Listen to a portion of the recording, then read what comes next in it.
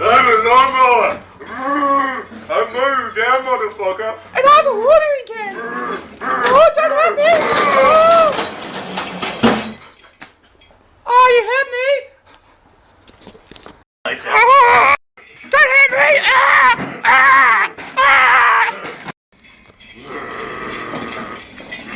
After he killed the water bottle, he went outside to chill out and have some cones. There he goes.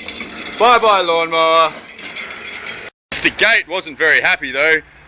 He wasn't happy at all. All he wanted to do is have sex with the rake. Oh.